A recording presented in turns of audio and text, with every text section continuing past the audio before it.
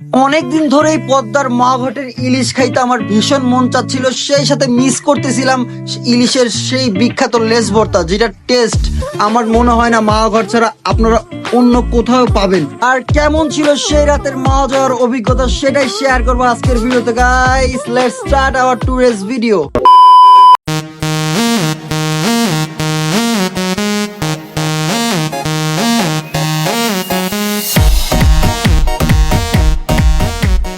WhatsApp আমার ভাই বন্ধুরা, it's your boy Justin Zarif. নাচতে নাচতে চলে আসলাম মাওয়াঘাটে। তারপর এলাহি কাণ্ড, মানে একদম আমরা পড়ে গেছিলাম বিপদে। আসার সময় মনে হচ্ছিল যে একদল গাড়ি আমাদের পিছু করতেছিল, ভাবছিলাম যে ডাকাতের কবলে পড়ে গেছি, বাট না, আলহামদুলিল্লাহ আমরা সুন্দরভাবে আসতে পারছি।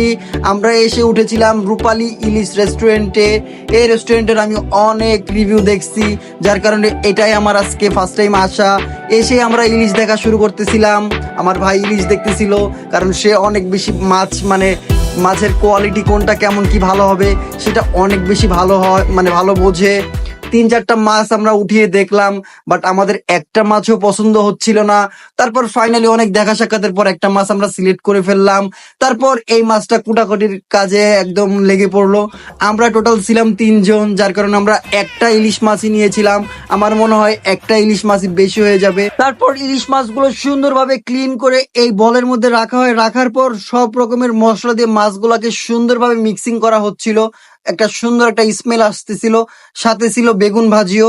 তারপর সুন্দরভাবে মিক্সিং করা শেষ হইলে ডুবন্ত তেলে মাছগুলোকে ভাজা হচ্ছিল, সরিষার তেলে ভাজা হচ্ছিল, যার কারণে ইলিশ মাছগুলোর টেস্ট অনেক বেশি বেড়ে যায়। আমারও খুব বেশি ভালো লাগতেছিল। বাট একটা জিনিস আমার খারাপ লাগছে, এই যে ভাজার সময় যে বেগুনগুলো আছে না, এগুলা ভাজা শেষ হইলে আপনাদের দেখাবো যে এটার কালারটা কেমন হয়েছিল। তবে একটা মজার ব্যাপার কি, আমার 12 যুগের এই জীবনে আমি কখনো চুলার ধারে কাছেও যাই নাই, বাট আজকে আমি মাঘাটে আইসা একটু ইলিশ ভাজা ট্রাই করতেছিলাম, বাট আমার মেবি একটু হচ্ছিল না। তাই পাশে মামা আইসা বলতেছিল যে এইভাবে না, এইভাবে একটু সুন্দরভাবে উলট পালটে দেও, না হলে পুড়ে যাবে। একদিকে ইলিশ মাছ ভাজা হচ্ছিল, আর অন্যদিকে আমার ফেভারিট ইলিশ মাছের লেজ ভর্তাটা রেডি করা হইতেছিল, যেটা আমার অনেক বেশি ভালো লাগে। তার কারণ হইলো গিয়া, এখানে কোনো প্রকার কাটা থাকে না, আর বাইচা খাওয়ার কষ্টটাও তেমন একটা নাই। মামা অনেক সুন্দর নিখুঁত ভাবে কাটাগুলা বেছে বেছে সরিয়ে দিতেছিল। তারপর আসে ভর্তাটা রেডি করার পালা। প্রথমেই শুকনো মরিচের গুঁড়ো, তারপর পেঁয়াজ, সাথে ধনিয়া পাতা দিয়ে দিচ্ছিল, দিয়ে সুন্দরভাবে মামা নিখুঁত ভাবে বানাচ্ছিল লেজ ভর্তাটা, যেটা অনেক বেশি মজা হয় আর আমারও খুব বেশি ভালো লাগে। তারপর চলে আসে পেঁয়াজ মরিচ ভর্তার পালা। এটাও অনেক সুন্দরভাবে মাখাচ্ছিল পেঁয়াজ মরিচ, সাথে আরো অনেক ইনগ্রিডিয়েন্টস ছিল যেগুলোর নাম আমার আপাতত খেয়াল নাই। লেবুটার পরিমাণ এটাতে একটু বেশি হয়ে গেছিল। মোটামুটি আমাদের অর্ডার কিন্তু সব রকমের খাবার আইটেম প্রায় রেডি হয়ে গেছে, আর আমিও বাইরে এসে এই ফাঁকে কিছু ছবি শুট করে নিলাম। দেখতে পাচ্ছেন আজকে আমি অনেক হাসি খুশি, আমার মনটা অনেক বেশি ভালো আছে। মাঝে মাঝে এরকম একটু ঘুরফির ট্যুর দিলে আসলে সত্যি মনটা অনেক বেশি ফ্রেশ হয়ে যায়। আপনাদের মন খারাপ থাকলে বেরিয়ে পড়বেন কোথাও, দেখবেন যে মন একাই ভালো হয়ে গেছে।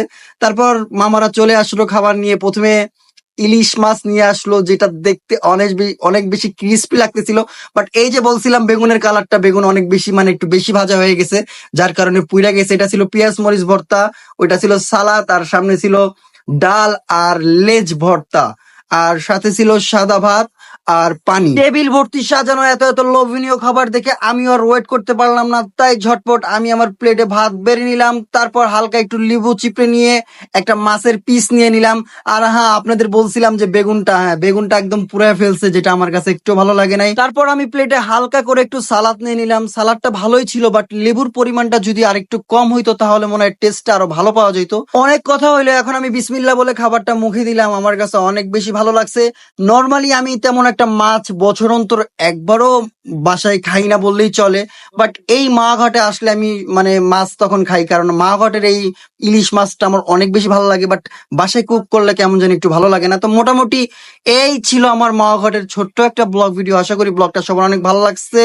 দেখা হবে নেক্সট ভিডিওতে গাইস, আল্লাহ হাফেজ।